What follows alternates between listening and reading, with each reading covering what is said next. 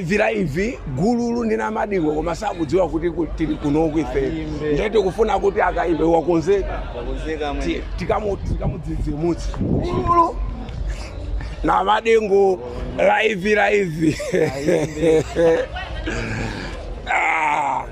dogo na madingo bobo amene mumasowa kwambiri mesa iwe na madingo iwe tokufuna kuti uimbe sina madingo ine iwe na madingo iwe anthu amanena kuti umapanga matama era amwene alipo amene samakuziwa iwe aliyese akukuziwa kuno sina madingo chani koda zatawa amaziva tangu yamba tayamba amenye uvomereze Jese